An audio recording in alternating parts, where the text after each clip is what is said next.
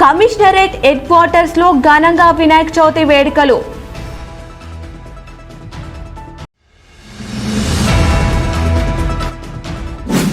Ramagundam MLA ఆదేశాల మేరకు పుట్నూరు గ్రామంలో ఏర్పాటు చేసిన రైతు వేదికలో ఇందిరమ్మ ఇల్లు లబ్ధిదారులకు ప్రొసీడింగ్లు అందజేసిన మనాలి ఠాకూర్.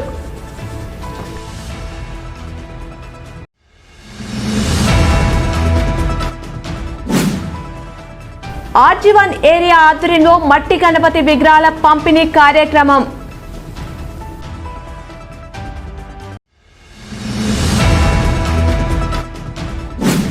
గణేష్ విక్రయ కేంద్రాల నుండి మండపాలకు తరలి వెళ్లిన బొజ్జ గణపయ్యలు.